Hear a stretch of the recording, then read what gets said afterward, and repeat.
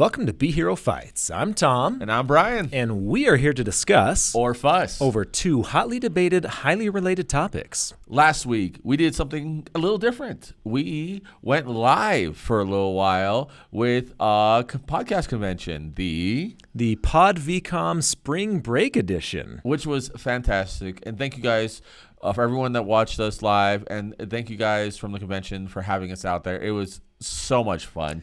It was totally different for us. So yeah, and we had a great time. I think it was a really good argument, despite the technical difficulties that are always inevitable for your first time doing anything, right? Right. And that argument was, what is the scariest monster? Vampires or zombies? Mm-hmm. And I got a little redemption because Brian keeps bringing all of his best friends on to outvote me. So now we are finally tied again for wins. So it was a great episode. If you guys have any thoughts, if you guys think that we missed something or that we got something wrong or right, feel free to tell us here on YouTube in the comments or on any of our social medias, facebook.com/BeHeroMedia. And Instagram.com/BeHeroMedia. Almost forgot my line. I know, right? On Twitter at BeHeroFights. And you can find everything that is BeHero at BeHeroMedia.com, including all of our reviews, including our review for the Falcon and the Winter Soldier first episode, which should have come out by this point, as well as our most recent review before that, which was Raya and the Last Dragon. I took my boys to see that and had a great time, and it's a great movie. Check out the review and give us your thoughts on that as well. Yeah. But today, sir, we are going to have something special. Today starts a brand new tournament. That's right. You guys have been with us through tournaments in the past. One tournament and one battle royale. In the past, we did a whiskey tournament that spanned seven episodes, and it was a ton of fun and a ton of work. It was a ton of work. I learned a lot. Brian made up everything as usual. I drank a lot. We both drank a lot for science. For science, yes. For research. Yes, for science and not my liver. But it took 7 episodes. We wanted to be able to do more topics, cover more things, so we decided to implement our Battle Royale system, which we did for a Christmas episode, what was the best Christmas toy craze.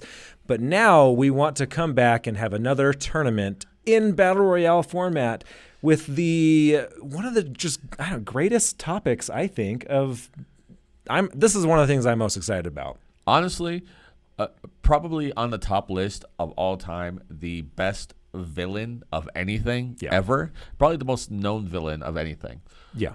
So the topic is, who played the best Joker, as in DC's Joker, Batman's foil, ever?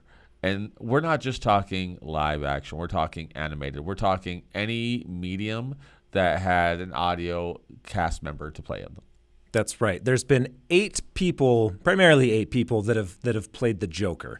And so what we've done is we've gotten 6 other guests to join us. Brian and I each have a side as well. Brian will be judging this first episode. That's right. I will be judging the second one, and the winner of each episode is going to be going to the finals.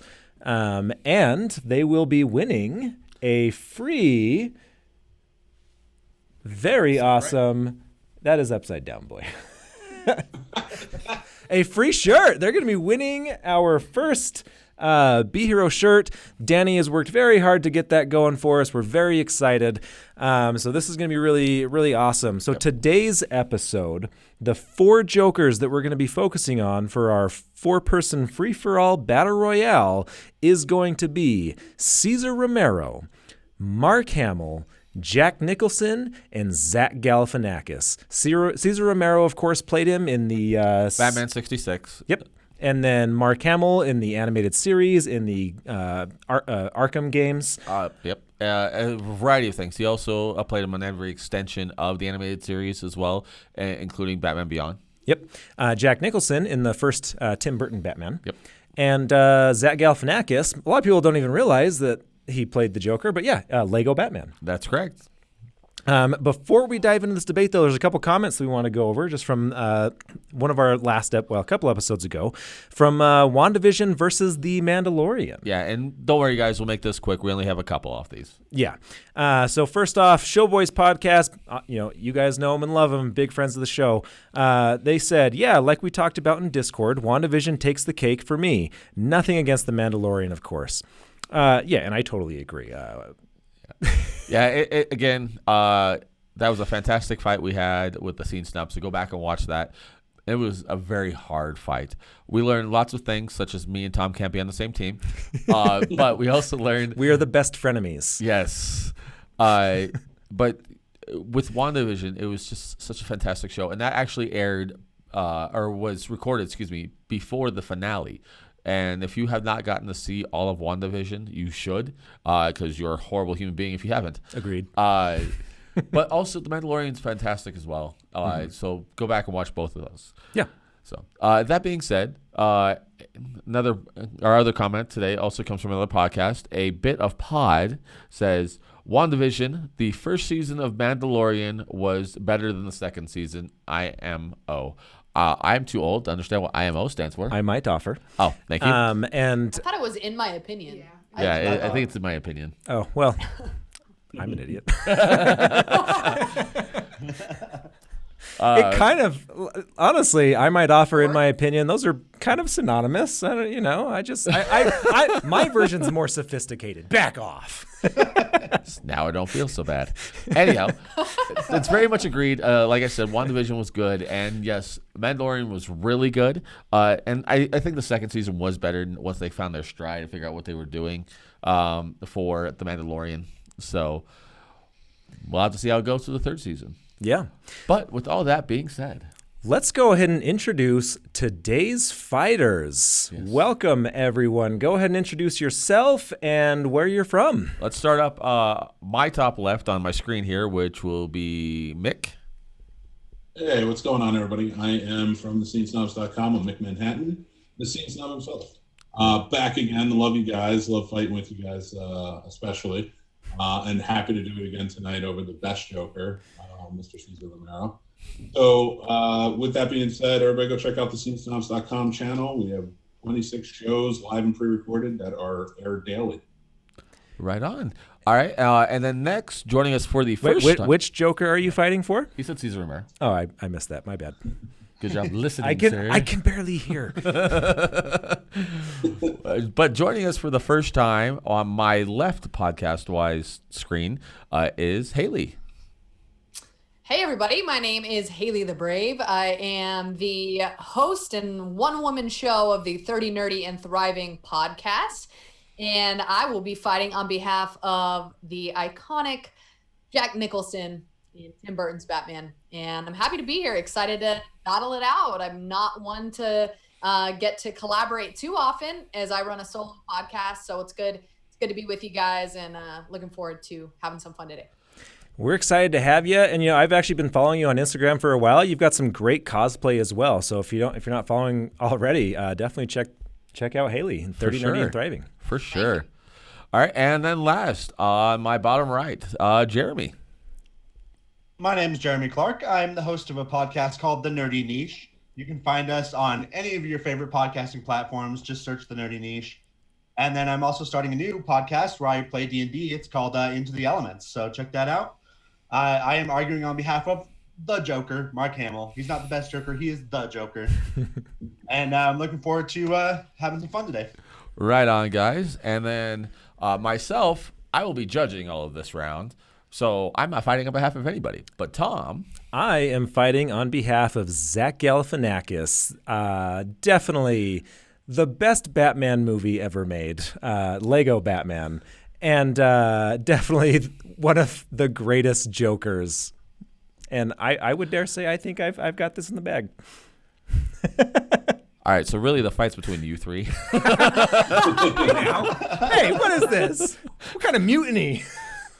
What mutiny? You literally just said Lego Batman was the best Batman ever. So obviously your opinion is wrong. Hey, man, I got to say what I got to say for the sake of the arguments.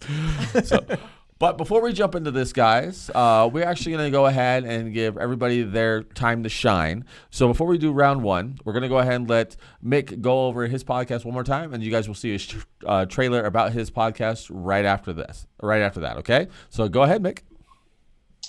All right, yeah, like I said, thescenesnobs.com. We have shows that kind of cover everything from geek to sports to all nine. We are, like I said, nightly. We have about 3 or 4 shows that air nightly, live or pre-recorded. I'm in fact doing one right now as we speak. Really what it comes down to is, come check us out, check out some great shows, but also check out check out Be Hero Fights, of course, and check out my 2 counterparts tonight, their shows, because they sound awesome, and I can't wait to check them out myself. What's going on, everybody? It's the Scene Snob, Mick Manhattan, and I'm here to tell you guys about thescenesnobs.com. We're a channel of variety, comedy, entertainment, geek-related, sports, the whole 9 yards. We cover almost every genre. And we have so many great shows to choose from. We have shows like the Scene Snobs Podcast, BTB Podcast, The Guapo Show, the Sports Snobs Podcast, the PVD Cast, Jeff Dwoskin presents Crossing the Streams, the Three Geeks Podcast, the Fandom Effect. We probably have the only Matlock-based podcast called Matt Talk, and we're introducing new shows all the time. We have new shows coming up like the Ear Hustling Podcast, Carpool Shenanigans, and of course, From Some Nobodies, Twitching Upstream, and Talking Upstream. So come on, check out thescenesnobs.com, enjoy it, and please leave feedback. Like, follow, subscribe us, and just let us know what you think. We love to have all the interaction. So I, again, am the Scene Snob, Mick Manhattan. Check out thescenesnobs.com. You can follow us anywhere on social media at The Scene Snob, and we will talk to you guys soon. Take care. Round one, fight! Right on, guys. All right. So, as everyone here on YouTube knows, but just to remind you guys, what we'll start with is our round one, which is an opening salvo. Basically, tell us about who you're fighting on behalf of, a little bit of their history and everything else. Don't jump into, saying they're better because of anything like this or anything like that. You don't have to, tear anybody down yet. That's what round 2 is for. Yep. So, just tell us a little bit about that. We're going to be timing this so we are within a good time. So everyone will have 2 minutes. And I think for round 1, we should start with Mick. Sounds good. All right. So, round 1, fight! Well, I have to just say this. Hi, everybody. I'm Mick Manhattan, the Scene Snob, as you just heard through every introduction I just did. And, of course, I'm fighting an uphill battle tonight because there are so many iconic Jokers from movies and TV. My favorite is 1989 Batman. Jack Nicholson was fantastic. Of course, Mark Hamill. I have Star Wars tattooed on my arm. I love Mark Hamill, and he was an amazing Joker. But we wouldn't have them if not for one man, and that was Cesar Romero, the first to ever show up on screen to play the Joker.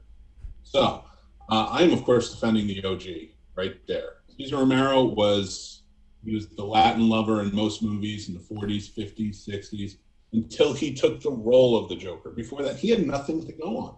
Yeah, you have the comic books, you can read a bunch of ha-ha-has, but he created the Clown Prince of Crime.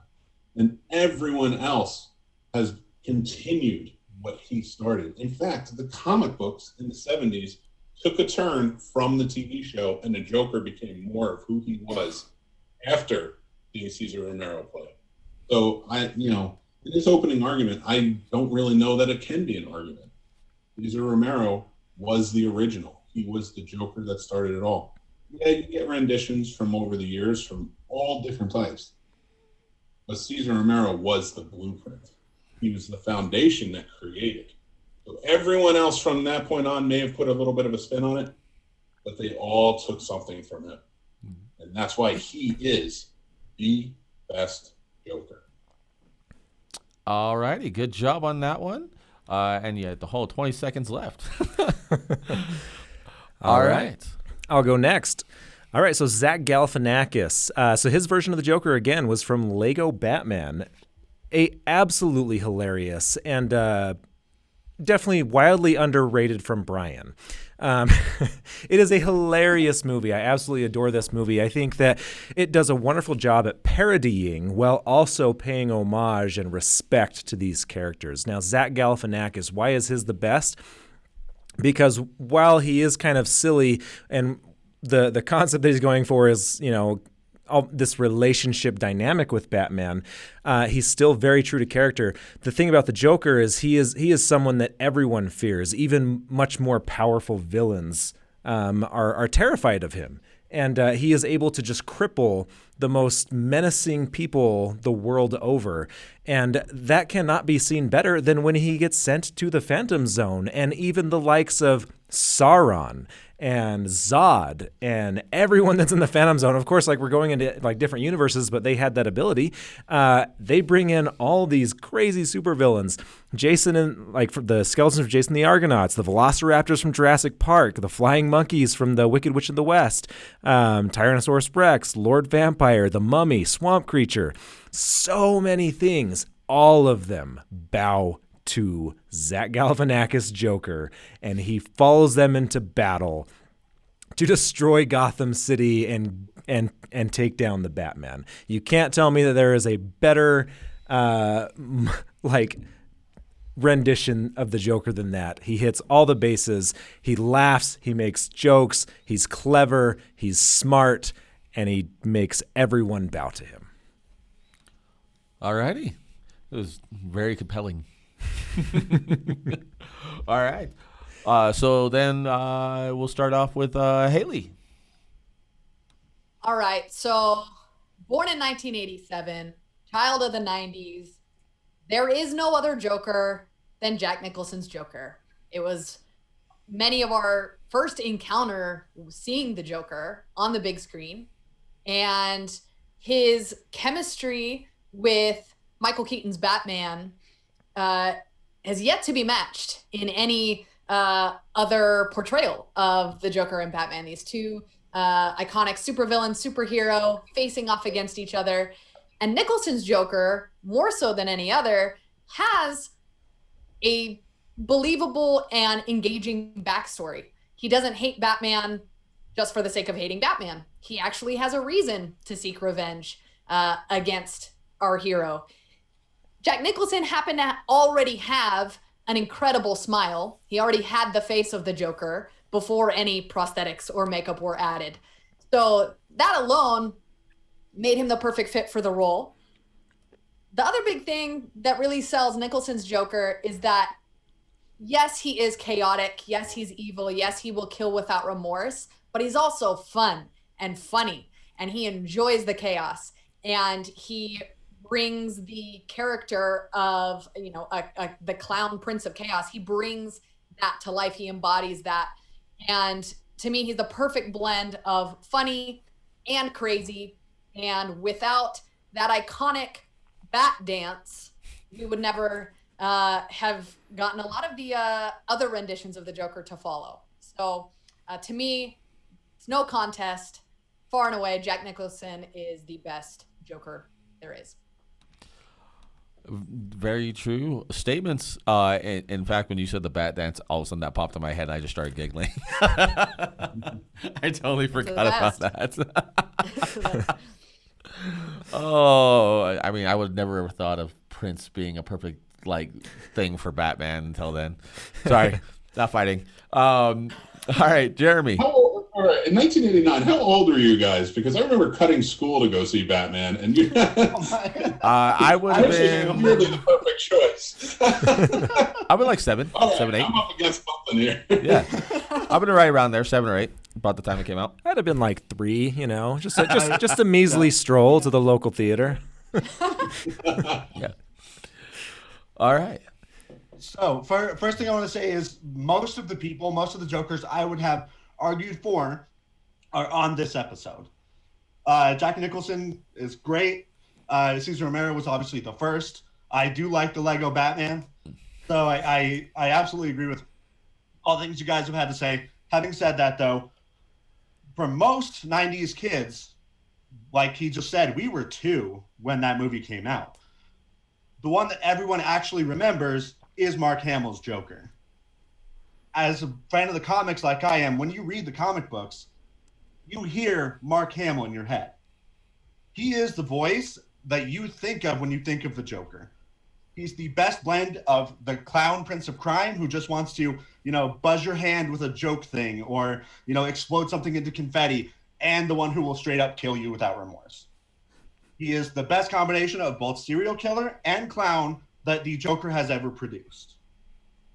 That plain and simple. That's all I need to say. Right on, with a whole minute left. You burned that one out real quick. And I won't lie, at the moment, well, actually, ever before this started, my bias was Mark Hamill because, like Jeremy said, that's the one I hear in my head when I read a comic book. But I'm going to try and stay away from biasm. And so far, everyone except for Tom has put up a really great defense on this so far. So we're going to go ahead now and have Haley tell us a little bit about her podcast, and we're going to show a trailer before our next round. All right, Haley, tell us once again about your podcast. Awesome. Yeah. So like I said, I am the brains and the beauty behind the 30 Nerdy and Thriving podcast. Just released, episode 32, I think is where we're at now. And I cover TV, pop culture, fandom, and I've got an ongoing series of episodes called Gone Too Soon, in loving memory of TV shows canceled in their prime. So I focus on shows that we lost way too soon. And then I've also got episodes called The Watch List, where I go over the best of streaming content and things that people should be looking out for. So, and then I just came on as a co-host of the Pop Culture Junkie podcast as well. So you can hear me twice a week. And wherever you get your podcasts, you can find either one of those. And I'm like you mentioned earlier, I'm a cosplayer in my spare time, full-time teacher and mom. And just kind of bring in the perspective of someone who's been obsessed with geeky stuff her entire life and loves to talk about it ad nauseum. So that's a little bit about me. Right on. Perfect. Yeah, that's awesome. All right, so we're going to watch your trailer real fast, and we'll be right back. Hi, I'm Haley the Brave, teacher and mom by day, cosplayer and pop culture junkie by, also by day. I'm obsessed with all things fandom, and I love to talk about it. So join me and some of my friends as we geek out about TV, movies, music, and all the awesome things that make life worth living. Listen to my podcast, 30 Nerdy and Thriving, available now on all major streaming platforms. Round 2. Fight! All right, guys. Well, that was a great trailer there for Haley and her podcast, whose name I just forgot. 30 Nerdy and Thriving. Thank you. Goodness. Yeah, I know. I just had a complete brain fart. But all right, guys. So let's go ahead and get into round 2. Now, round 2 is going to be a rebuttal portion. So you guys will be able to rebut everybody. Now, this is going to be a little fun to see how we're going to do this as a battle royale style. So do your best not to try and talk over everybody, but get your point in. Yep. All right, guys. Round 2. Fight! All right, look, everyone thinks that Zach Galifianakis is the underdog here, so I'm going to go ahead and just start knocking you guys down for a second. Cesar Romero is great. He's an adorable right now because Zach Galifianakis is the worst. You shush. Here's the thing: Cesar Romero is great. He's adorable. First edition of the Joker. Actually, he was the first version of the Joker that I did see. I wasn't allowed to watch the animated series growing up, nor did I watch Batman Tim Burton's Batman till I was in my 20s.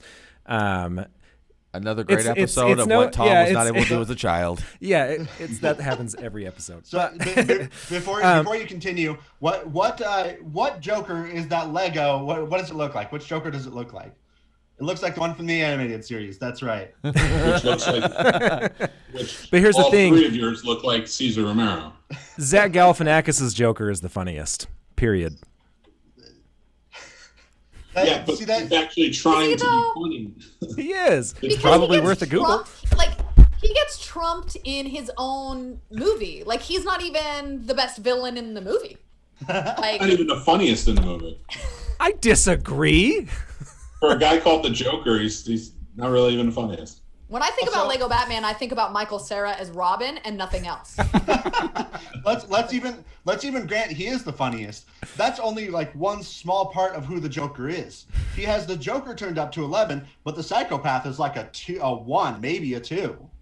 Well, I mean, it's a kids obsessed. show, so like they can only do so much in a PG movie. I don't have the benefit of the PG-13 where he can actually kill people, but he does destroy the city, and they all start falling into the void, and he has to use his flabby abs with Batman and his what is it, 8th. I am having the hardest time not trying to discount everything you're saying right now. His 7th. Who knows a Joker that's like so needy that he needs approval from Batman to even feel like he's worthwhile? Like he has no sense of self-worth or assurance of himself as a villain, that he needs Batman to constantly be there and be like, oh, but I'm your nemesis. But but that's the thing is like, what have all of the other Jokers set up? This, like, that is a story because of all of your Jokers, because of the Jokers for the next episode. All of them just have this Batman fetish that they seem to have to like beat him and also like gain his approval. Like if you look at Heath Ledger, it's the same thing. Like every single Joker is like in this odd like romantic dynamic with him. And so, yeah, of course, that's the story of it because they're parodying while also still being true to the character. Okay, first off, I got to touch down on that. What do you mean he has nobody else has done anything? Our Jokers haven't done anything? You're talking to the Mr. Domestic Dispute over here, Mark Hamill, who's most famous for beating his girlfriend. Then we're talking about Jack Nicholson, who we know played the Joker because it was clearly Jack Nicholson and not the actual Joker. We didn't do Jack Nicholson, even try. And then you have Cesar Romero, who took over the UN and controlled them in Batman 66. He was the one that had the biggest span. He was taking over the world. It's worth mentioning that Cesar Romero couldn't commit enough to the role to be bothered to shave his mustache. And he didn't have to, because that white makeup over the mustache was money. It's better than green screening a Superman, right? His mustache. Come on. Cesar Romero would not have been able to stand up at all to any of the other Batmans in this discussion. Maybe even Lego Batman. That's how silly that was. Well, maybe Cesar Romero would have been friends with all the other Batmans. Do you know that for a fact? I will concede that Cesar Romero was the best Joker for the 1960s and for the wacky time period in which he represents that Joker. But if we're fairly, going to have him stand up against all the rest, exactly right. He wouldn't be able to stand up against any of the other Batmans. You're right, because none of them would exist if he didn't. I mean, no, Cesar Romero was part of this zany culture. That Joker until after him.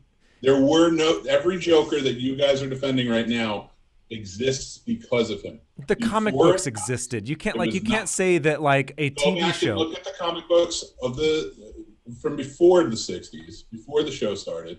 It is not that Joker. It is a wildly different Joker. And go back and read, because they changed him after the show ended to be more like the show, more maniacal, and changed him to be even darker after because of the show. Let's be fair, though. No one wants to read comics from before the 60s, okay? All right, I can't argue with that. No, here's the thing, like, Cesar Romero was this very zany Joker. Like, he is not really, like, when you think of the Joker, you don't, like, and who he represents as an archetype of a character that is Cesar Romero's version is not that Joker that we know today. Okay, he was very zany, and like, yes, he did like some crazy stuff, but we're also talking about a time where like there really wasn't any consequences for actions. Batman running around holding this bomb and trying to find the right place to put it. Like, if there was real life consequences, like I guess, what am I trying to say? There's no fallout. There's no like that's not a real life consequence. There's no fallout. Like if a bomb would have blown up. If a bomb would have blown up in the city, it wouldn't have hurt any buildings. In the Lego version, a real life consequence? Yeah, but in the universe of the Lego version, again, he split Gotham in half and everyone was falling into the void. The consequences I hate to break it to you, pal, but you are talking about real life consequences and you're defending a Lego. Lego movie? Yeah, and We the have one Legos thing were we getting can do. broken. Have you ever All right, played so with Haley- Legos and have had your Ellie, city the collapse? argument is now between us because it's real Right. life. So Mick, I love So you. tell me how Mr. Chinatown Jack Nicholson is ever going to be a better Joker than the zany clown so that Cesar Romero was. So I want to touch on the thing that he said real quick. He said that Cesar Romero is not the standard of who the Joker is. But you know who is? Mark Hamill. No, he's really The not. Joker since Mark Hamill has been standardized around him. All of the Arkham Asylum games, basically every cartoon thereafter, every comic book design, it's all designed after the design from the animated series. Every Joker after Mark Hamill is completely different from that Joker. That's not true. The only one that looks different is the one from The Batman. Every other I'm one. not talking about looks. I'm talking about acts. Heath Ledger is wildly different. He Yeah, still has the Injustice same is appearance. He wildly still does different. the laugh a couple of times. But here's your argument: is that you're saying he was a blueprint. Now I'm saying Cesar Romero was the blueprint for the Joker. There can be arguments for. And I'm not taking away from the animated series. It's a great show, but it actually came back, and this is a good argument for Tom. Is the only thing that was wildly closer enough to that Joker after it was the Zach Galifianakis from the Lego movie. Everything else definitely had a much darker, different spin, even the video games. What is Cesar Romero's backstory? What is his reasoning for hating Batman and constantly trying to be his foil? He's awesome. Oh, right, he doesn't have one. No, he doesn't have. So Okay, got it. you said Nicholson doesn't hate Batman. He doesn't have a reason to. So what is your No, argument? he does. Nicholson's the only one that has a backstory. He's No, the he doesn't. only- He killed his parents. So if anybody has an argument, All right, guys. Sorry, I had a quick break, but now we're back. We're still in our round 2, and I just want to go and stop these guys from arguing. There was a whole big brawl and everything. You guys don't want to see it. We can't air it on YouTube. So The carnage. it was so horrible to see Digital how carnage. bad Zach Galifianakis just got beat. Hey now. That is not true. That being said, now we're in round 2. I'm going to ask some probing questions to these guys to try and get the conversation stirred in a different way. So let me start with let's start with Jeremy, since we've been starting with Mick this whole time. Jeremy. Now, as we all know, and most of us have seen a lot of what's gone on with the animated series Batman, he does have some stuff that in this current culture might not play as well, such as his treatment of his Maul, Harley Quinn. Why don't you explain to us why we should still go with having Mark Hamill's version of that Joker with the problems that does arise? So it actually is the impetus of the Harley Quinn character that we know today, which if you guys have seen the new animated series from like the DC Universe app that's now on HBO now. HBO now. She has actually grown into an independent woman and come out of that scenario.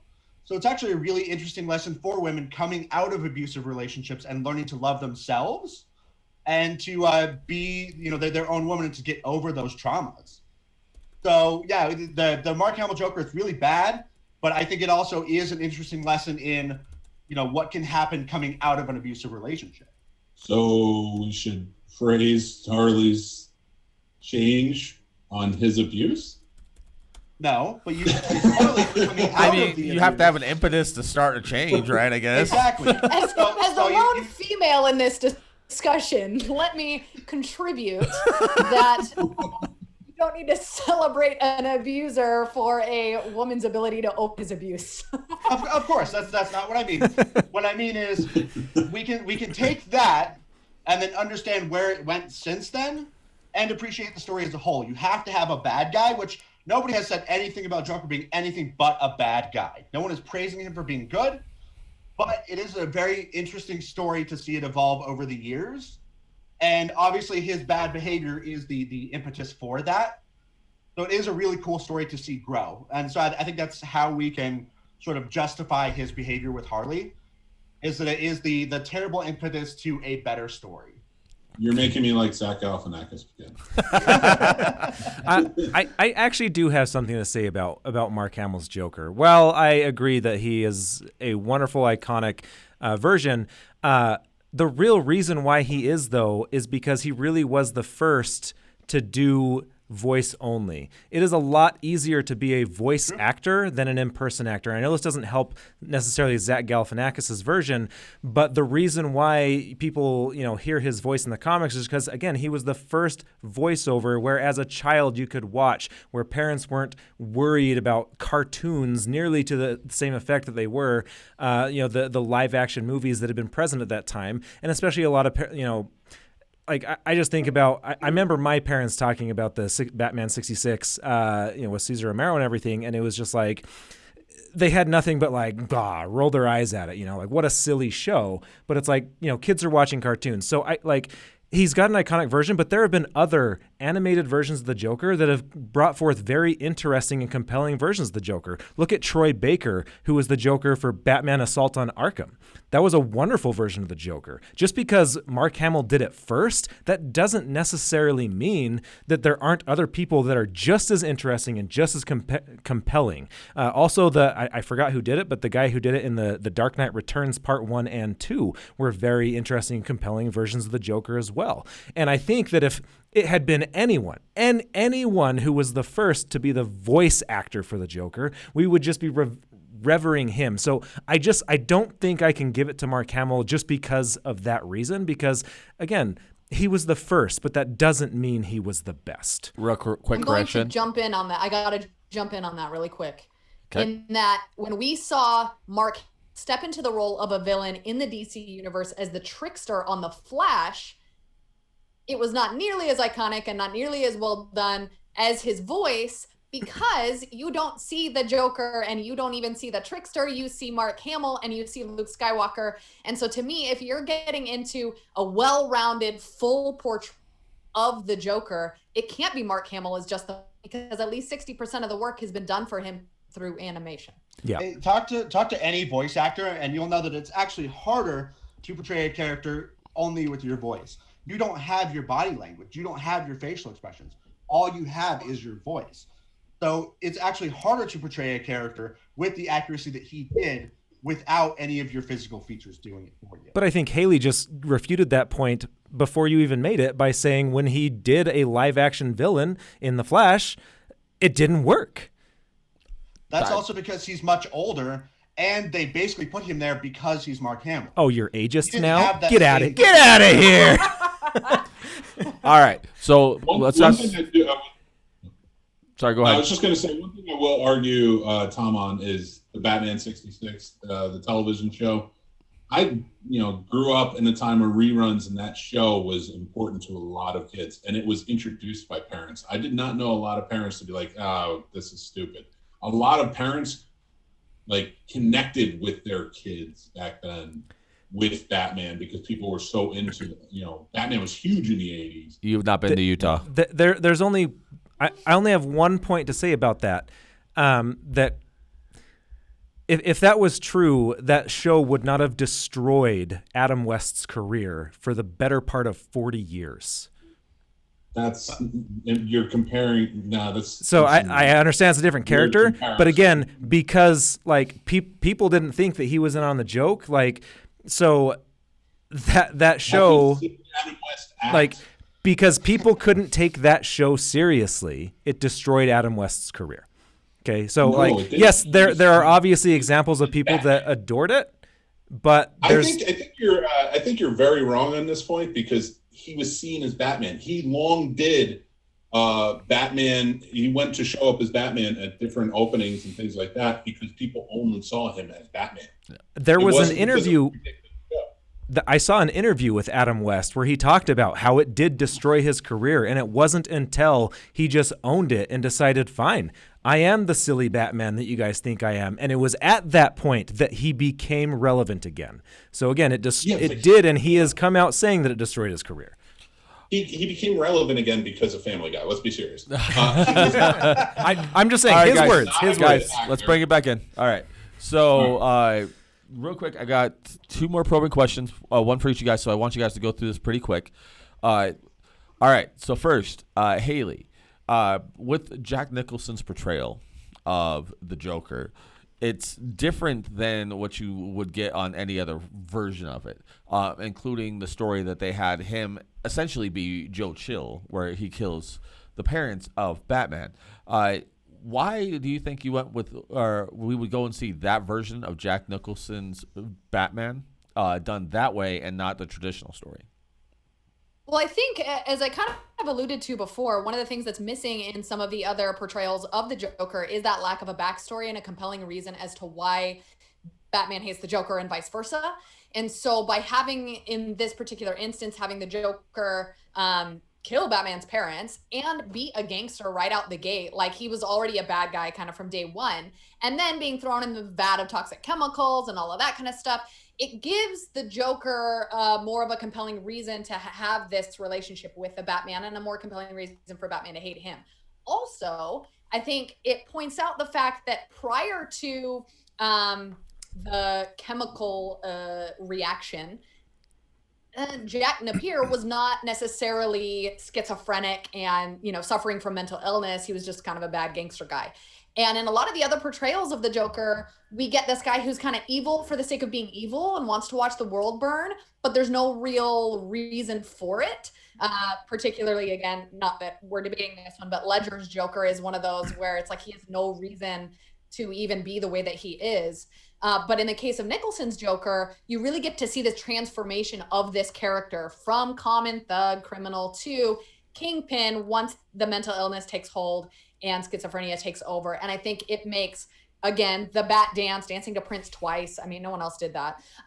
And the show that he puts on. I mean, he is very outlandish and he knows how to put on a show. He's got style. He's got glitz, glam. He's a romantic. Like, I think it puts all of that in perspective and really rounds him out as a full character compared to a lot of the other Jokers. That's definitely hard to disagree with. All right, and then last probing question real quick, Mick. So Cesar Romero is definitely his Joker is very much a different version for his time. Like, he was made for the time of the 60s and the way he portrayed it and the way he was. If that same version, or let's say Cesar Romero was to do the 92 Batman, right? Or excuse me, 91 Batman with the animated series, do you think he would have been able to do it the same way? Or, of course, it had to change a bit, but do you think that would have came across in the same pattern?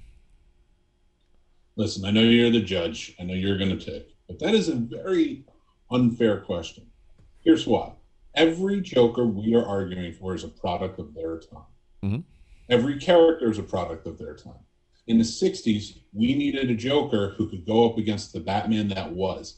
The argument before was Adam West. It ruined his career. Adam West ruined his career because he was a bad actor. You needed a good actor like the Joker to go up against him. That's the way it was. I can't place Cesar Romero's Joker in 89 Batman. I can't place him in the animated series. Can't place him in the Lego movie. Why? Because A, he's dead. B, it just wasn't. Now, as an actor, could he have pulled it off? Probably not. I'll be real. And not like Jack Nicholson pulled off 89, but he was a product of that time. Prince doing the soundtrack was a product of that time. Prince was wildly popular at the time. Nobody else could have done that soundtrack like he did. Those dances, the fact that he was willing to do it, wouldn't work in any other Batman film since. Now Mark Hamill, he worked in the 90s. Can you take his Joker and move him, his animated Joker, and move him into today? No, a lot of kids would watch it and be like, this is ridiculous. Because he was comparatively ridiculous to what is and what has come since. And people want what is a product of their time. But no, I can't answer that. I can't put Cesar Romero on any other thing and say, like, he would work there. But that doesn't make him the best Joker. That doesn't make him who he is. Doesn't make any of them who they are. They were great for when they were. Now, if you put Joker up against Joker up against Joker up against Joker, the product of the time being the first one to step in, get the laugh down, get the maniacal aspect of who the Joker was down. He didn't need a backstory, which is what Joker is wildly famous for, is never knowing his actual backstory. I think they ruined 89 Batman by making him kill his parents. You know, you leave it open. Now, the most open and the least backstory we've gotten out of anybody is Cesar Romero's. All right. Not to make that an unfair question, but you did answer that in a fantastic way, Mick.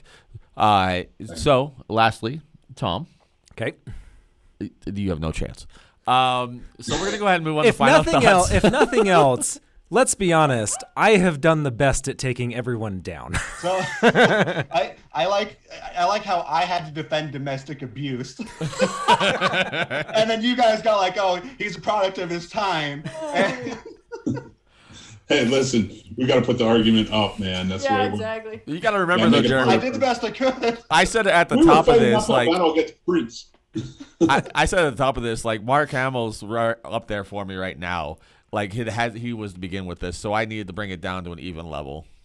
So, which it has been. In fact, I've been bouncing around now in this whole thought. So I need final thoughts. But before we jump into final thoughts, we're going to our round 3, or our final round. Excuse me. Jeremy, tell us a little bit about your podcast, and then we'll watch your trailer for it. So my podcast is called The Nerdy Niche. It's the podcast about all the nerdy stuff that you love. Every episode, we interview a new guest about their nerdy niche. We've talked about magic, Pokemon, Dungeons and Dragons, all sorts of things. And then we also just started another podcast called Into the Elements, which is a D&D real play podcast where we, me and a group of 5 friends, we play Dungeons and Dragons and put it on YouTube. Right on. All right, guys, we're going to go watch that trailer, and we'll be right back. Hello, ladies and gentlemen. My name is Jeremy Clark. And I'm Edison Myers. And we're the hosts of a podcast called The Nerdy Niche. It's a podcast all about the nerdy stuff that you love. Things like Dungeons and Dragons. Or Pokemon. Or Magic the Gathering. Or Star Trek. Or even things like tattoos. And cosplay. Here on The Nerdy Niche, we have a wide spectrum of genres and even guests that come and talk about these things. So we hope you join us and find that niche that you love. You can find our show at anchor.fm/thenerdyniche, or you can always find us on Spotify or wherever it is you get your podcasts. Thank you, everybody, and keep it nerdy out there. Final round. Fight! All right, guys. It's great listening to that part of the trailer and everything else. It was a fantastic thing talking about the nerdy niche. All right, guys. So final thoughts. We're going to go on a 1-minute timer for each of us. And then just tell us why your Joker is the best. You can bash. You can do whatever you need to. No rebuttals. So stay within your time. Nobody jump in. All right? Final round. Fight! All right. And we'll start with Haley. All right. Jack Nicholson is the best Joker, not only because of his chemistry with Michael Keaton's Batman, his backstory, and the fact that he combines the perfect blend of funny and crazy, but possibly the number one reason he is the best Joker is because he is the only villain in his movie. He didn't need a supporting villain. He didn't need a Harley Quinn. He didn't need a Poison Ivy. He didn't need a Two-Face. He didn't need anybody else, and certainly not a whole other legion of animated characters to back him up. He is the only one, the only villain. He steals the show more often than not. At times you forget that Batman's even part of the picture because it's all about Nicholson's Joker. And he inspired Joaquin Phoenix. He inspired Heath Ledger, all the Jokers that came after him. You wouldn't have Joaquin Phoenix winning the Oscar for Dancing on the Steps as the Joker if you didn't have Jack Nicholson dancing to Prince in the first place. It's a very good job. Very good job. All right. Let's go with Mick. I mean, if we're talking dancing, Cesar Romero danced all over that show. That's how this works. Yeah, Jack Nicholson's great. I love him. Mark Hamill's great. I love Galifianakis. So when it comes to Cesar Romero, here's my argument. Again, he's the blueprint. Now, if you want to talk about he has nobody, he did. He had henchmen. That was it. No-name henchmen. At least Jack Nicholson had Bob. And he, with that one scene of Bob getting shot, it wouldn't have been that good. So going on with it, Batman 66 was not the greatest show, but it did give us the Joker that we look to still today. It is still a hint in every Joker since. So my final argument is, maybe you can make an argument that he's not the best, but he is definitely number one. All righty. All right, Jeremy. So Mark Hamill's Joker didn't need to dance because he was busy planning to screw over Batman, which is what the Joker should be doing. Mark Hamill took all the best things of Cesar Romero and Jack Nicholson, combined them into the perfect package, which is still the standard today. The laugh is the most iconic laugh in all of history, and every Joker since then has tried to mimic it. The comic books are still the Joker from Mark Hamill. Every comic book still looks that way, still talks that way, and everyone reads the comic books hearing his voice. That's why he's the best. He is the standard bearer and the first face that anyone thinks of when they think of the Joker. Also a very good fight. All right, and then lastly, Tom. All right, listen, Zach Galifianakis is the culmination of all the Jokers combined. You talked about Cesar Romero being the blueprint, but Zach Galifianakis took everything, the best parts of all the Jokers, of all the ones that we've talked about tonight and all the ones we'll talk about next time, and he brought those together. He's also the one that kids are going to be most likely to watch and enjoy watching today. These things, they're all products of their time, and there's nothing against that, but I think kids are going to have a hard time watching Tim Burton's Batman because of the prosthetics. It's kind of silly. It's dated. Cesar Romero's, you might be able to sneak that in with maybe some Three Stooges to kind of show that kind of stuff to your kids, but kids are going to have a hard time watching it. Kids love the bright, vibrant colors. They love what Zach Galifianakis can do. That's a proven formula for kids' movies right now, so I think we have that. And again, Mark Hamill, he was the first. That doesn't make him the best. And if I'm being perfectly honest, I know my time is up, but out of everyone's arguments, I actually think Haley's done the best. So, other than he's dated. So, you guys actually all did really well except for Tom. I did fine. You did great with what he had. You did good, Tom. That's right. So, before I jump into my decision, a couple caveats. One, Mark Hamill was not the first voice actor. That honor goes to Tim Curry. Tim Curry was actually the very first person and recorded several episodes of the Batman animated series before the producers and everybody else decided that he was just not the right fit and replaced him with Mark Hamill. Do we have Tim Curry's voice there in the show? Are Tim Curry episodes available somewhere online, but that doesn't count then. No, the original pilot is on YouTube. Yeah, so okay, they are available. That doesn't count. The very first incarnation of the Joker was in a serial in the early 40s. I can't remember who the guy was played in, but it was a pre Cesar Romero. Mm-hmm. So he also wasn't the first either on there. That being said, with all of this, right? No. You look that up. He was the inspiration. He was from A Man Who Smiles. That was not the joke. No, The Man Who Smiles, the movie, was in the serial, and that was the inspiration for the original Joker when it came out in 39, 41, somewhere when he came out. But there was a serial that was done in the late 30s, early 40s, shortly after that does have him in there for a little bit. Well, let me phrase that. It was the clown version. So the very first comic book that they ever had with the Joker in it, he was like a bank robber who was a clown. That was the extent of it. There was no craziness. And they had a small serial of that with him in a theater serial. It's super rare. I don't even know if you can find it anywhere, but it is one of those hidden footnote documentations. Cesar Romero, though, is the well-known first, but not technically the first. So he was a thug and a clown. Yes. Is what you're saying. Interesting. Lastly, there was a recent run on the comic books known as the Three Jokers, and the Three Jokers, all three archetypes, were literally these three. You had the comedian, Cesar Romero. You had the gangster, Jack Nicholson, and you had the psychopath in Mark Hamill. And Zach Galifianakis is all three, too. So the one thing we can all agree on is that our three Jokers are the best ones. They are definitely above Zach Galifianakis. I was really wanting Tom to have a good fight for this because I was really wanting to see it. And it wasn't about as well as I thought it was going to. No. I had a great fight. But I love just that. was It's coming from the furthest behind. Yes, I'll go with that. You would definitely, you brought it closer than I ever thought you were going to. But with that being said, Haley took it away.